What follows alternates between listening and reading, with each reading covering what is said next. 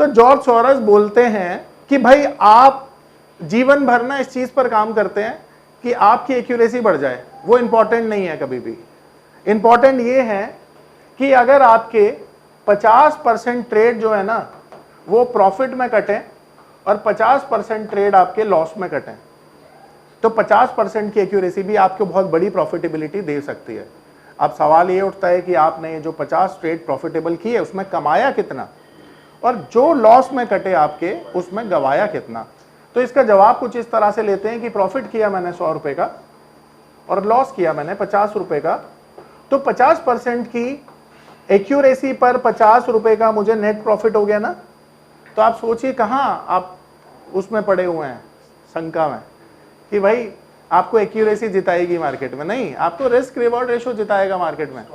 Exactly तो अभी मैंने क्या बोला, टेक्निकल एनालिसिस काम करता है 1:2 के रेशो पर, यानी आपका अगर लॉस है 1 रुपए का तो प्रॉफिट होगा 2 रुपए का, सिंपल।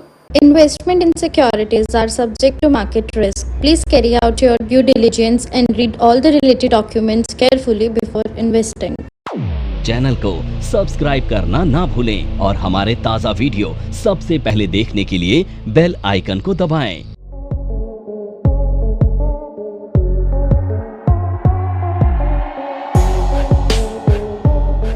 अब जो कैंडल्स होती है ना वो ठीक अल्फाबेट्स की तरह ही होती हैं। जैसे अल्फाबेट्स कितने होते हैं, 26, हर अल्फाबेट्स एक दूसरे से अलग होता है। तो ठीक उसी तरह से जो कैंडल्स होती है ना, जो अभी आपने चार्ट पे देखी, एक दूसरे से अलग थी ना, तो इन सबको डिफाइन कैसे किया जाएगा अब बताता हूं। तो सबसे पहली जो कैंडल होती है ना, वो उसका नाम होता है डोजी कैंडल, ठीक है। अब डोजी एक ऐसी कैंडल होती है जिसमें बॉडी बहुत छोटी होती है या नहीं होती है। अब मुझे एक बात बताओ, मान लेते हैं ये एक डोजी कैंडल, ये कब बनेगी, जब प्राइस एकदम साइडवेज हो जाएगा। जैसे देखो यहां पर हाई, लो, ओपन और क्लोज दोनों सेम ही तो है ऑलमोस्ट। तो जब प्राइस ना कहीं नहीं मूव करता है तो ये डोजी बनती है। अगर मान लो प्राइस ऊपर मूव कर गया तो बॉडी बनेगी ना ऐसे, या नीचे मूव कर गया तो बॉडी बनेगी ना ऐसे। पर बॉडी नहीं बन रही, इसका मतलब क्या है कि प्राइस वहीं खड़ा हुआ है ना। हाई लो लगाकर प्राइस वहीं चला गया, यानी आप घर से निकले, आपको पता नहीं था कहां जाना है, आप थोड़ा सा घूमे और फिर वापस घर पे आ गए, यही मतलब हुआ ना। तो जब ऐसी सिचुएशन बनेगी तो क्या होगा, कैंडल की बॉडी नहीं बनेगी और उसी को डोजी बोला जाएगा। तो डोजी कैंडल कौन सी होती है, एक ऐसी कैंडल जो इनडिसीजन कैंडल है। इसकी साइकोलॉजी क्या होगी, जब प्राइस ऊपर जा रहा है तो बुलिश, नीचे जा रहा है तो बेरिश, पर यहां तो जा ही नहीं रहा ना कहीं शायद प्राइस, तो इसका मतलब क्या है, साइडवेज मार्केट में ये बनती है और इनडिसीजन कैंडल ये कहलाती है। अब डोजी जो है ना वो 4 तरह की होती है, सबका मतलब एक ही होता है, पर इसे डिफाइन कर देता हूं मैं आपके लिए ताकि चीजें आसान हो जाए। तो पहली जो डोजी होती है ना, उसमें बहुत छोटी सी कैंडल में बॉडी होती है, वो कुछ इस तरह से दिखती है, इसे हम कहते हैं कॉमन डोजी। दूसरी जो डोजी होती है इसे कहते हैं लॉन्ग लेग डोजी, इस तरह से क्रॉस जीसस क्राइस्ट की तरह बनती है, तो इसे कहते हैं लॉन्ग लेग डोजी। ये टी की तरह डोजी होती है, इसे कहते हैं ग्रेव स्टोन डोजी। और फोर्थ कैंडल होती है ग्रेव स्टोन, जी, टी के फॉर्म में, इसे कहते हैं ड्रैगन फ्लाई डोजी। ये 4 तरह की डोजी हैं। अब ये जो डोजी पैटर्न है ना, ये कहीं भी मिल सकता है आपको, पर नॉर्मली इसकी साइकोलॉजी क्या समझी आपने, साइडवेज, ठीक है। तो अब ये जो डोजी है ना हमारे लिए कब इंपॉर्टेंट होती है वो समझना बड़ा इंपॉर्टेंट है। तो देखो मार्केट में ना टेक्निकल चार्ट में आप नॉर्मली क्या ढूंढना चाहते हैं, देखो एक चार्टिस्ट जो होता है ना टेक्निकल, उसका एक सपना होता है कि वो ना 100 रुपए पर कोई चीज बाय कर ले और 150 रुपए पर उसे सेल कर दे, और जहां पर सेल करे ना वहीं से मार्केट नीचे आ जाए, यही सपना होता है। और दूसरा भी सपना होता है कि वो जहां पर सेल करे ना वहीं से मार्केट नीचे चली जाए, और जहां पर लो लगे ना वो वहीं पर बाय करे, ये भी सपना होता है। पर सपने तो सपने होते हैं, कहाँ अपने होते हैं। पर ये सपने ना सच हो सकते हैं आपके, अगर आप बहुत मेहनत करते हैं, क्योंकि दुनिया में कोई ना कोई तो ये कर पा रहा होगा ना। आप और हम नहीं कर पा रहे होंगे मुझे लगता है, पर दुनिया में कोई ना कोई तो होगा जो कर पा रहा होगा। अब जो ये कर पा रहा होगा उसे आप क्या बोलोगे, एक्सपर्ट, प्रो, है ना, मास्टर बोलोगे। अब ये मास्टर बनने के लिए आपको क्या करना है, कड़ी तपस्या, मेहनत नहीं तपस्या। देखो इतनी एक्यूरेसी के लिए तो तपस्या ही चाहिए होती है, मेहनत तो 2 घंटे भी कर रहे हो तो मेहनत है, पर वो तपस्या है। तो अगर आप तपस्या करोगे ना तो आप भी ये काम कर पाओगे, ठीक है। अब ये काम करने के लिए ना टेक्निकल आपको बहुत मदद करता है। तो टेक्निकल में दो टर्मिनोलॉजी यूज की जाती है जिसे हम कहते हैं टॉप एंड बॉटम, ठीक है। अब ये दो टर्मिनोलॉजी बड़ी इंपॉर्टेंट हो जाती है। देखो, टॉप एक ऐसा एरिया होता है चार्ट पर जहां से स्टॉक नीचे आता है, और बॉटम एक ऐसा एरिया होता है जहां से स्टॉक ऊपर जाता है। अब ये जो टॉप से मार्केट नीचे आता है और बॉटम से मार्केट ऊपर जाता है।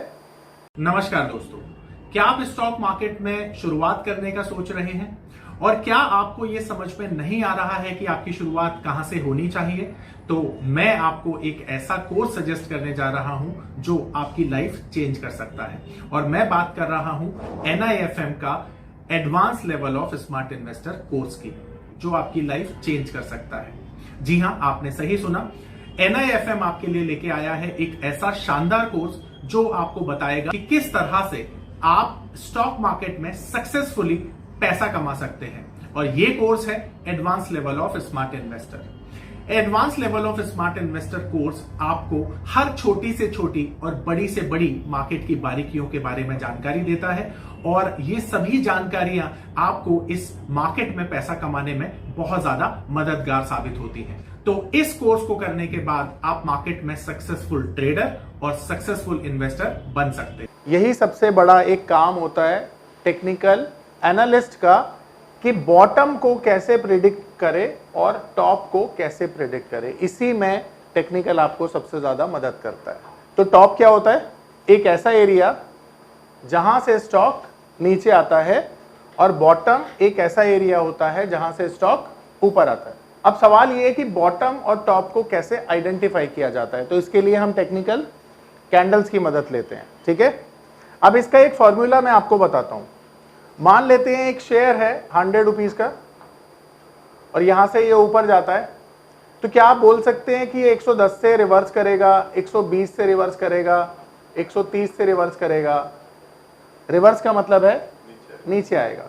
किस लेवल से आएगा, क्या आप बता सकते हैं? बिल्कुल नहीं बता सकते।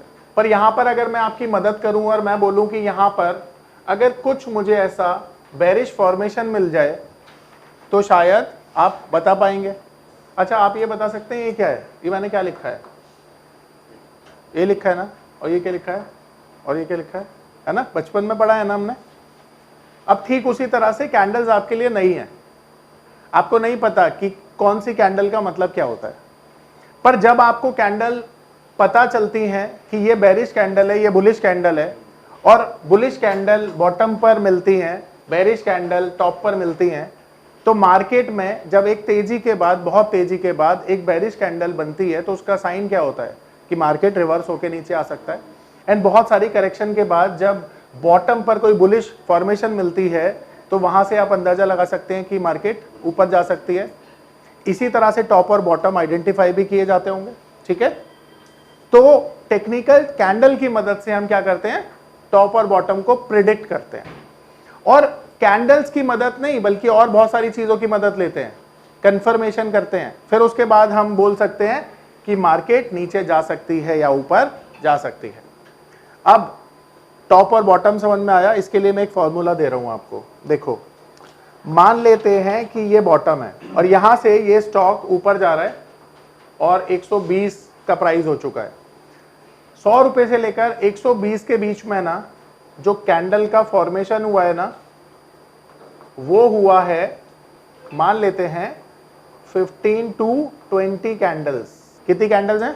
यानी कि ये मैं फॉर्मूला दे रहा हूं आपको कि टॉप से बॉटम, यानी बॉटम से टॉप या टॉप से बॉटम के बीच में ये पहली कंडीशन है जो अगर होगी तो हमारा टॉप और बॉटम का प्रेडिक्शन सही हो सकता है। नहीं होगा या होगा, ये बात की बात है। हो सकता है कि बात मैं कर रहा हूं, यानी एक पॉसिबिलिटी आपके सामने आ गई। जब भी मार्केट में 15 से 20 कैंडल के साथ अपसाइड आ जाए और वहां पर आपको कोई बेरिश फॉर्मेशन मिले, तो आप बोल सकते हैं कि ये टॉप हो सकता है और यहीं से मार्केट नीचे भी जाएगा, एंड वाइस वर्सा। अगर मान लीजिए 15 से 20 कैंडल्स बेरिश बन जाती है डाउन साइड में, और उसके बाद कोई भी आपको बुलिश पैटर्न मिलता है, फॉर्मेशन मिलता है, तो आप बोल सकते हैं कि यहां पर बॉटम बन सकता है। तो सबसे पहली चीज टेक्निकल चार्ट में क्या देखनी है आपको? ये फॉर्मेशन देखनी है कि क्या ये कंडीशन पूरी हुई। अगर हुई तो आपका आधा काम तो वैसे ही आसान हो गया। अब सवाल ये उठता है क्या ये हमेशा 15 से 20 ही होंगी या 25-30 भी हो सकती हैं? हो सकती हैं। जितनी ज्यादा कैंडल्स उतने ज्यादा अच्छे ट्रेंड मिलने की संभावना होती है। आ रही है मेरी बात समझ में? किसी का कोई डाउट है प्लीज पूछ लीजिए। क्लियर है? अगर 15 से 20 कैंडल होगी तो बेयरिश ही होंगी? नहीं, ऐसा कुछ नहीं, एक ट्रेंड में मिलनी चाहिए। अभी मैं दिखाता हूं एग्जांपल के तौर पर। टाइम फ्रेम क्या होगा? सबका कॉमन टाइम फ्रेम होगा। 5 मिनट के कैंडल पर भी सेम फॉर्मूला, 15 मिनट के कैंडल पर भी सेम फॉर्मूला, एक दिन पर भी सेम फॉर्मूला। ठीक है? और किसी का कोई सवाल? ये पावर ऑफ नंबर थ्योरी इतनी बेहतरीन थ्योरी है कि इसे करने के बाद आप एक अलग अनुभव करेंगे और आपको लगेगा कि शायद इसी चीज की आपको तलाश थी। बहुत सालों की ट्रेडिंग के बाद, इन्वेस्टिंग के बाद आपको शायद ऐसे प्रोडक्ट की जरूरत थी जो मार्केट में आपको वो कॉन्फिडेंस दे पाए, जिस कॉन्फिडेंस के साथ आप रोज पैसा कमा पाए और जितना आप चाहें उतना पैसा कमा पाए।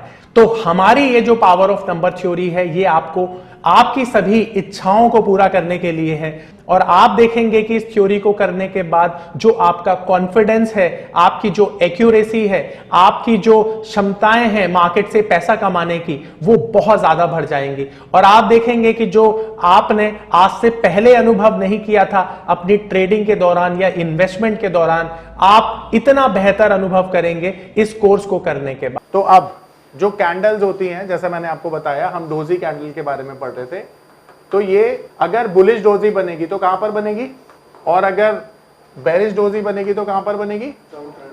डाउन ट्रेंड में। तो ध्यान रखिए कंडीशन नंबर 1, डोजी का कलर मैटर नहीं करेगा। ये अगर टॉप पर बनती है तो ग्रीन भी हो सकती है, रेड भी हो सकती है। बॉटम पर बनती है तब भी ग्रीन भी हो सकती है, रेड भी हो सकती है, फर्क नहीं पड़ता। पर कंफर्मेशन के लिए हमें अगली कैंडल का वेट करना पड़ता है, जो कि होती है उसी डायरेक्शन में जिस डायरेक्शन में मार्केट चलता है। जैसे बॉटम पर एक कैंडल मिलेगी, एग्जांपल के लिए मान लेते हैं मार्केट में एक डाउन साइड है, ठीक है, तो मार्केट नीचे जा रही है। ये सभी रेड कलर की कैंडल हो सकती है या इनमें से एक आध ग्रीन भी हो सकती है, नो मैटर। अब मान लेते हैं कि यहां पर प्राइस एक्शन नीचे की तरफ हो रहा है ना। अब ये अज्यूम कर लीजिए जितनी कैंडल्स का फॉर्मेशन मैंने यहां पर किया है ये 15 से 20 कैंडल है, मान लीजिए एग्जाम्पल के तौर पर ये 15 से 20 कैंडल्स हैं, ठीक है, अज्यूम कर लीजिए। तो 15 से 20 कैंडल के बाद यहां पर एक फॉर्मेशन बनता है डोजी का, ये बॉटम है। अब पहली चीज, क्योंकि ये 15 से 20 कैंडल की डाउन साइड आ चुकी थी, तो आपके पास जो फॉर्मूला मैंने दिया कि अगर 15 से 20 कैंडल्स के बाद कोई पैटर्न बनेगा तो वो ऑथेंटिक हो सकता है। तो यहां पर एक पॉसिबिलिटी बनती है कि ये बुलिश पैटर्न बन सकता है, रिवर्सल हो सकता है। यहां से पॉसिबिलिटी बनी ना, कंफर्मेशन तो नहीं है।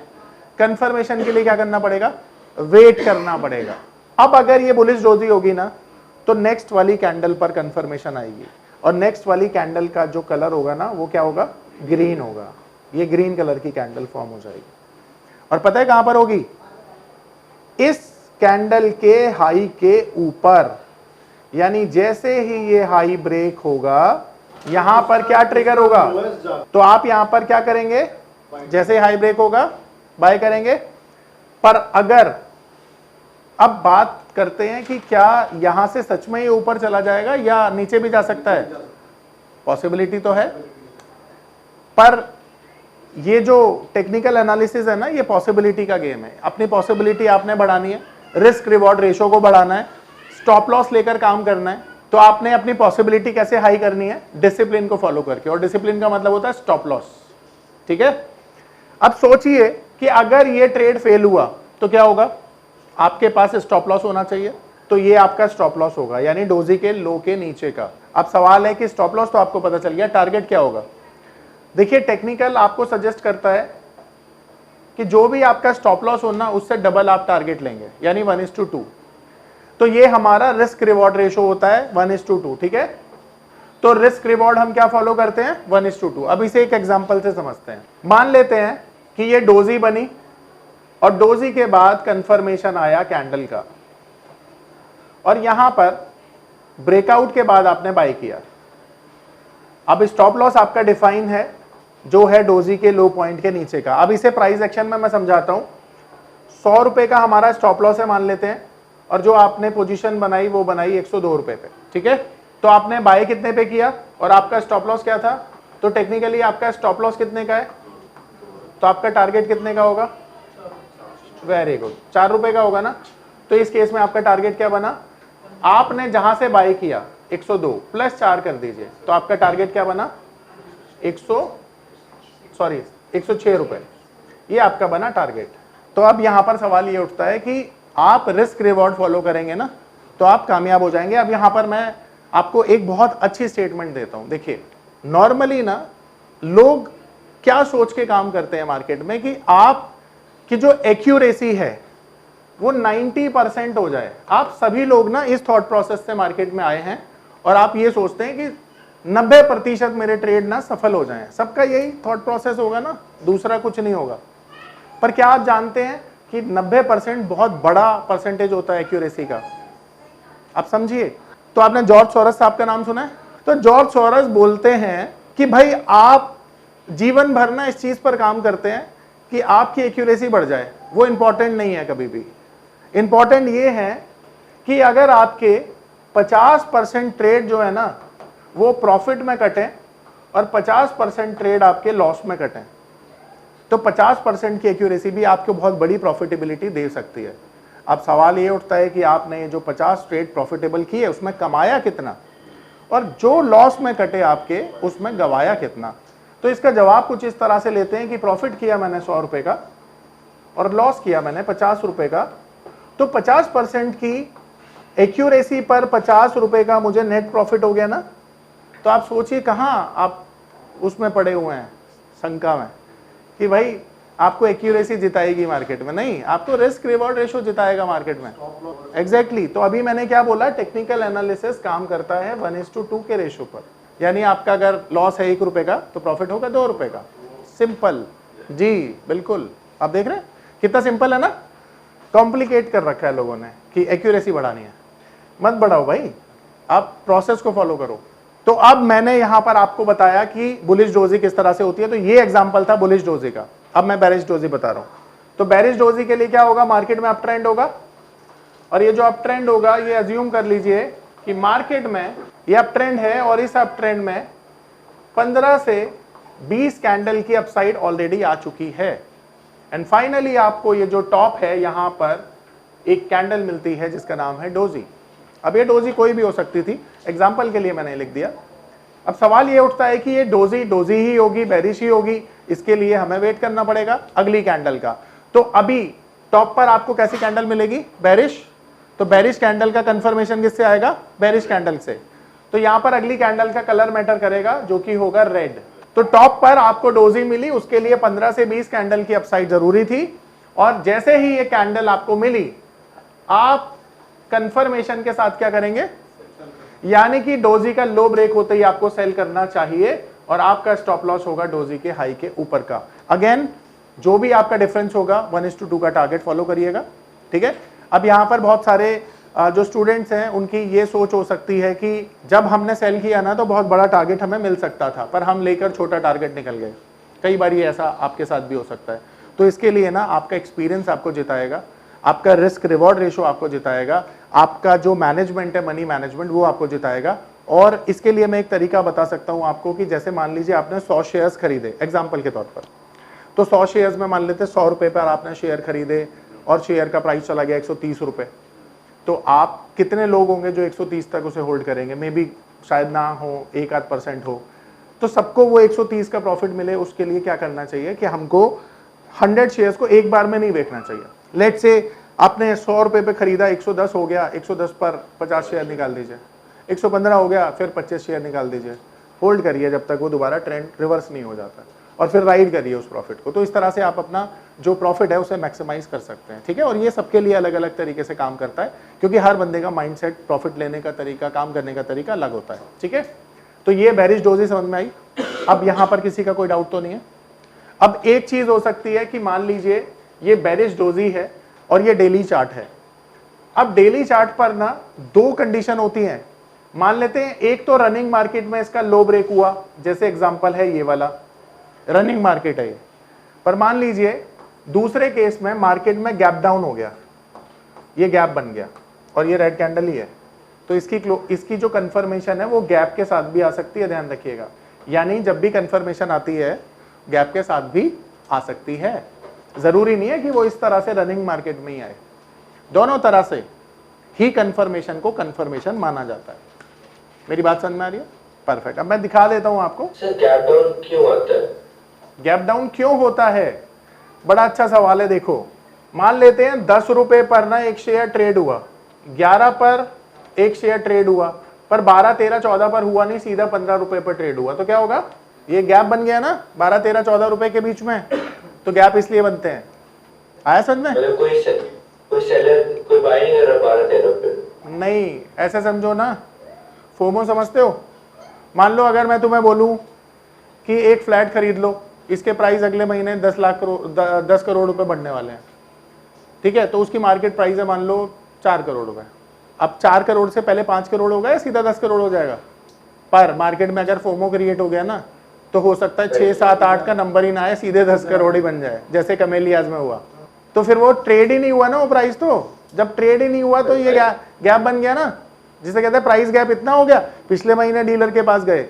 तो अभी आप लोगों को क्या करना है ना, अभी आप लोगों को ये जो टेक्निकल चार्ट है इसको फोकस करना है। और आप देख रहे हो कि इस वाली यहां से ना भूल जाइएगा कि आगे कोई चार्ट बना भी है, भूल जाइए। तो आप सोचिए कि यहां से एक अपसाइड शुरू हुई है, यहां से मार्केट का एक अप ट्रेंड था, करेक्ट?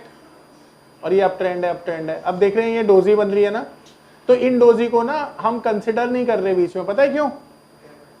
नहीं, क्योंकि अभी ना जो हमारा फॉर्मूला था ना 15 से 20 कैंडल वाला, वो पूरा ही नहीं हुआ।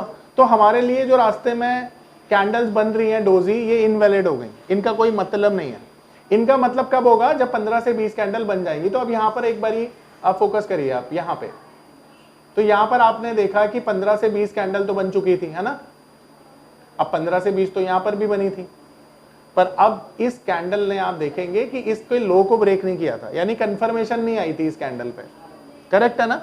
थोड़ा और बड़ा कर दूं दिखाने के लिए, ये देखिए कंफर्मेशन नहीं आई ना, ये डोजी इनवैलिड क्यों हो गई? क्योंकि इसका लो अगली कैंडल से ब्रेक नहीं हुआ, राइट है? तो हमारे लिए ऐसी फॉर्मेशन इनवैलिड हो गई, क्योंकि कोई मतलब ही नहीं बनता कंफर्मेशन नहीं आई तो। पर आप देखोगे कि यहां पर एक डोजी बनी, मान लेते हैं, ठीक है? और यहां पर जो डोजी बनी है उसका लो इसने यहां पर ब्रेक किया है, करेक्ट है ना?